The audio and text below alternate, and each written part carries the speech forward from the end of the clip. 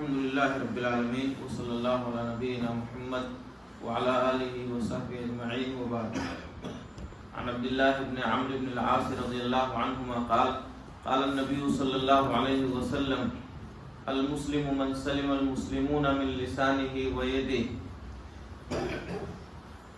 حضرات گرامی، نبی کریم صلی اللہ علیہ وسلم کی ایک حدیث میں نے آپ حضرات کے سامنے پیش کی ہے. راوی حدیث حضرت عبداللہ ابن عمرو ابن عاص رضی اللہ عنہما ہیں. کہتے ہیں کہ اللہ کے نبی جناب محمد رسول اللہ صلی اللہ علیہ وسلم نے فرمایا، پختہ مسلمان یا کامل مسلمان، مکمل مسلمان وہ ہے جس کی زبان سے اور جس کے ہاتھ سے دوسرے مسلمان محفوظ رہیں. والمہاجر من ہجر ما نہی اللہ عنہ، اور مہاجر صحیح معنوں میں وہ ہے جو ان چیزوں کو چھوڑ دے جن سے اللہ تعالیٰ نے رکنے کا یا جن چیزوں کو اللہ تعالیٰ نے چھوڑنے کا حکم دیا ہے. اس حدیث رسول کے حوالے سے آپ حضرات کے سامنے مجھے یہ بات ذکر کرنی ہے کہ جہاں ایک مسلمان کے لیے عبادت و بندگی ضروری ہے، ہمارے اور آپ کے لیے یہ ضروری ہے کہ ہم نماز پڑھیں، ہم روزہ رکھیں، اگر صاحب استطاعت ہیں تو ہم حج کریں، اللہ نے مال دیا ہے، صاحب نصاب ہیں تو زکوٰۃ ادا کریں. یہ چیزیں حقوق اللہ ہیں، اللہ تعالیٰ کے حقوق ہیں، اللہ کا حق ہے، ان کو پورا کرنا ضروری ہے. عبادت و بندگی یہ ہماری زندگی کا ایک لازمہ ہے، ضروری چیز ہے. وہیں ساتھ ساتھ یہ بھی ضروری ہے کہ ہمارے معاملات صحیح رہیں. عبادت و بندگی کرتے ہوئے ہم آپس کے معاملات میں صحیح اور درست رہیں. ہمارے گھر میں بہت سے افراد ہیں، ان کے تئیں بہت سے حقوق ہم پر عائد ہوتے ہیں. مثال کے طور پر ہم اگر باپ ہیں اور ہمارے بچے ہیں، ان کا حق ہے ہم پر، ضروری ہے کہ ہم ان کے حقوق ادا کریں. ہم اپنی بیوی کا حق ادا کریں، اپنے بچوں کا حق ادا کریں. اگر ہم بیٹے ہیں تو والدین کا حق ادا کریں. ہمارے پڑوس میں جو لوگ رہ رہے ہیں ان کے کچھ حقوق ہیں، ہماری ذمہ داری ہے کہ ہم ان کے حقوق ادا کریں. ہم اگر کسی سے لین دین کرتے ہیں، کوئی چیز خریدتے ہیں، بیچتے ہیں، تو اپنے معاملات کو صاف اور درست رکھیں. ہم امانت دار رہیں، کسی کو دھوکہ نہ دیں، کسی کے ساتھ خیانت نہ کریں. اگر کوئی شخص عبادت و بندگی کرتے ہوئے معاملات کو درست اور بہتر رکھتا ہے تو وہ کامیاب ہے. اور اگر ایک شخص عبادت و بندگی کر رہا ہے، 5 وقتہ نمازیں باجماعت ادا کر رہا ہے، لیکن اس کے معاملات صحیح نہیں ہیں، تو عین ممکن ہے کہ اس کی ان عبادتوں کو اس کے منہ پہ مار دیا جائے، اس کا کوئی فائدہ نہ ہو. کل قیامت کے میدان میں ہماری ان عبادتوں کا ہمیں کوئی صلہ اور بدلہ نہیں ملے گا اگر ہمارے معاملات درست نہیں ہیں. دیکھیے، اسی لیے اللہ کے نبی جناب محمد رسول اللہ صلی اللہ علیہ وسلم نے فرمایا کہ بہتر مسلمان وہ ہے. یہ نہیں کہا کہ بہتر مسلمان وہ ہے جو نماز پڑھے، بہتر مسلمان وہ ہے جو روزہ رکھے، بہتر مسلمان وہ ہے جو زکوٰۃ دے. ایسا نہیں کہا. آپ نے کیا فرمایا؟ بہتر مسلمان، پکا مسلمان وہ ہے جس کی زبان سے اور جس کے ہاتھ سے دوسرے لوگ محفوظ رہیں. یعنی وہ معاملات میں صحیح ہو، وہ اپنی زبان سے کسی کو تکلیف نہ پہنچائے، کسی کی غیبت نہ کرے، کسی کی چغلی نہ کرے، کسی کو گالی نہ دے، کسی پر الزام نہ لگائے، یہ ہاتھ بلا وجہ کسی پر نہ اٹھائے. سب سے بہتر مسلمان وہ ہے جس کی زبان سے، جس کے ہاتھ سے دوسرے لوگ محفوظ رہیں. یعنی وہ معاملات میں درست ہو، عبادت و بندگی کے ساتھ ساتھ معاملات میں درست ہو. ایک دوسری حدیث اللہ کے نبی جناب محمد رسول اللہ صلی اللہ علیہ وسلم نے فرمایا، حضرت ابو ہریرہ رضی اللہ عنہ کی صحیح مسلم کی روایت ہے، صحابہ کرام کے درمیان نبی کریم صلی اللہ علیہ وسلم ہیں. آپ نے سوال کیا، اتدرون من المفلس؟ صحابہ کرام بتاؤ، کیا تمہیں معلوم ہے مفلس کون ہے، فقیر کون ہے، غریب کون ہے؟ یہ اللہ کے نبی صلی اللہ علیہ وسلم کا سوال ہے۔ صحابہ کرام نے اللہ کے نبی صلی اللہ علیہ وسلم سے جواب دیا، ہم اور آپ بھی وہی جواب دیں گے، المفلس فینا من لا درہم لہ ولا متاع۔ اللہ کے نبی، مفلس اور فقیر وہ ہے جس کے پاس دینار و درہم نہ ہو، جس کے پاس روپیہ پیسہ نہ ہو، گھر نہ ہو، مکان نہ ہو، زندگی گزارنے کے سامان اس کے پاس نہ ہو، وہی فقیر ہے۔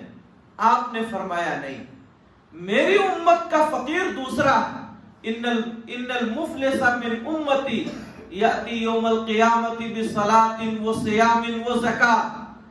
میری امت کا فقیر وہ ہے جو کل قیامت کے میدان میں آئے گا نماز لے کر کے، بہت نماز پڑھ کر کے آئے گا، زکات دے کر کے آئے گا، روزہ رکھ کر کے آئے گا، بڑی عبادتیں کر کے آئے گا۔ وَيَأْتِي وَقَدْ شَتَمَ هَذَا، آئے گا یہ نمازی آدمی کسی کو گالی دیا ہوگا، وَضَرَبَ هَذَا، ایک آدمی کو مارا ہوگا، ایک آدمی کا خون بہایا ہوگا، ایک آدمی کی عزت آبرو پر حملہ کیا ہوگا۔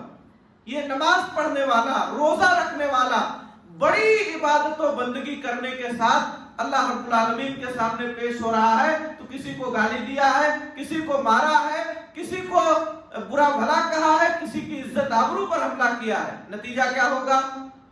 اس کی نماز اس آدمی کو دے دی جائے گی جس کو اس نے گالی دیا ہے، اس کا روزہ یا روزے کا ثواب اس آدمی کو دے دیا جائے گا جس کو مارا ہے، اس کی اور دیگر نیکیوں کا ثواب ان لوگوں کو دے دیا جائے گا جن کو اس نے ستایا ہے، جن پر اس نے الزام تراشی کی ہے۔ نتیجہ کیا ہوگا؟ اس کی ساری نیکیاں ختم ہو جائیں گی، اس کی نیکیاں ختم ہو جائیں گی، اور آنے والے آتے رہیں گے۔ اللہ تعالیٰ ان آنے والوں کے گناہوں کو اس پر ڈال دے گا، اس آدمی کی چوری اس پر ڈال دے گا، اس کی زناکاری کا گناہ اس پر ڈال دے گا۔ نتیجہ یہ ہوگا کہ یہ آدمی جس نے نماز پڑھی ہے، جس نے روزہ رکھا ہے، جس نے زکات دیا ہے، جس نے حج کیا ہے، ساری عبادتوں کے باوجود اسے گھسیٹ کر کے لے جایا جائے گا اور جہنم میں داخل کر دیا جائے گا۔ آپ غور کیجئے اس حدیث میں، ایک نمازی آدمی، ایک روزے دار آدمی، ایک بڑی نیکیاں کر کے جانے والا آدمی آج جہنم میں جا رہا ہے۔ کیوں جا رہا ہے؟ اس لیے کہ اس کے معاملات صحیح نہیں، وہ گالی دے رہا ہے، اس نے مارا ہے کسی کو، اس نے زمینیں ہڑپ کی ہے کسی کی، اس نے الزام تراشی کی ہے، اس نے عزت آبرو پر حملہ کیا۔ تو حضرات گرامی، اگر ہم چاہتے ہیں کہ ہماری نیکیوں کا ثواب قیامت کے دن ہمیں ملے تو ہمیں اپنے معاملات کو درست کرنا ہوگا، اپنی زبان کی حفاظت کرنی ہوگی۔ ایک مرتبہ چند صحابہ کرام رضوان اللہ علیہم اجمعین نے اللہ کے نبی جناب محمد رسول اللہ صلی اللہ علیہ وسلم سے آ کر کے ایک عورت کے بارے میں ذکر کیا۔ کہا اللہ کے پاک رسول، یہ عورت رات کو تہجد پڑھتی ہے اور دن میں نفلی روزہ رکھتی، بڑی نیک عورت ہے، رات میں تہجد پڑھتی ہے، دن میں نفلی روزہ رکھتی۔ نبی کریم صلی اللہ علیہ وسلم نے فرمایا ہیا فی النار، صحابہ کرام یہ جہنمی۔ بڑا تعجب ہوا انہیں، ایک عورت جو رات میں تہجد پڑھتی ہے، جو دن میں نفلی روزہ رکھتی ہے، آخر یہ جہنمی کیوں ہے؟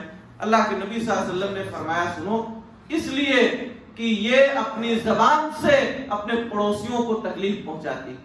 نماز پڑھ کے نکلی ہے، گالی دینے لگی، نماز پڑھ کے نکلی ہے، کسی کی چغلی کرنے لگی، نماز پڑھ کے نکلی ہے، غیبت کرنے لگی، نماز پڑھ کے نکلی ہے کہ کسی کی عزت پر حملہ کر دیا۔ تو معاملات صحیح نہ ہونے کی وجہ سے ایک تہجد گزار شخص کا تہجد اسے فائدہ نہیں دے پائے گا۔ اس لیے ہمیں اور آپ کو چاہیے ہم نماز پڑھیں، روزہ رکھیں، زکات دیں، حج کریں، وہی ساتھ ساتھ اپنی زبان کی حفاظت کریں، اپنے ہاتھ کی حفاظت کریں، کسی کو ناحق ستائے نہیں، امانت دار رہیں، عزت آبرو کی حفاظت کریں، کسی کو دھوکہ نہ دیں۔ کاروبار کر رہے ہیں تو آنے والے گراہک، آنے والے کسٹمر کے ساتھ آپ امانت داری سے پیش آئیں، کسی طرح کی خیانت اور کسی طرح کی چوری نہ کریں۔ یہ اللہ کے نبی جناب محمد رسول اللہ صلی اللہ علیہ وسلم کی تعلیم ہے۔ ہمیں اور آپ کو اس چیز کو دھیان میں رکھنا چاہیے، ورنہ زندگی بھر کی ہوئی عبادت ہمارے کسی کام نہیں آئے گی۔ اللہ تعالیٰ، میرے خیال سے وقت ہو گیا، اللہ تعالیٰ سے دعا ہے بار الہ ہم تمام لوگوں کو عبادت و بندگی کے ساتھ ساتھ اپنے معاملات کی اصلاح کی توفیق عطا فرمائے۔ پروردگار عالم ہمیں اپنی عبادتوں کی حفاظت کی توفیق عطا فرما۔ اے اللہ ہم سب کو عبادتوں کے ساتھ ساتھ معاملات میں درست ہونے کی توفیق عطا فرما۔ اے اللہ ہمیں اپنی زبان کی حفاظت کی توفیق عطا فرما، اعضاء و جوارح کی حفاظت کی توفیق عطا فرما۔ اے اللہ ہم میں سے جو لوگ بیمار انہیں شفا عطا فرما، ان کی بیماریوں کو، ان کے گناہوں کے خاتمے کا ذریعہ بنا دے۔ جو مسلمان مرد و عورت اس دنیا سے جا چکے ہیں ان کی قبروں کو نور سے بھر دے، انہیں کروٹ کروٹ جنت عطا فرما، ان کی لغزشوں کو درگزر فرما دے، ان کی نیکیوں کو قبول فرما۔ اے اللہ ہمیں جب تک دنیا میں زندہ رکھ ایمان و اسلام پہ زندہ رکھ، جب ہمارا خاتمہ اور ایمان و اسلام پر ہو۔ ماہ رمضان کی ان مبارک ساعتوں میں جو بھی تھوڑے بہت نیک اعمال ہم سے ہو جائیں، اے اللہ تمہیں قبول فرما لے اور ہمارے ان نیک اعمال کو ہماری دنیا اور آخرت کی کامیابی کا ذریعہ بنا دے۔ اے اللہ ہمیں جنت الفردوس میں جگہ دے اور جہنم کی آگ سے بچا۔ آمین۔ اقول قولی ھذا واستغفر اللہ لی ولکم۔ السلام علیکم ورحمۃ اللہ۔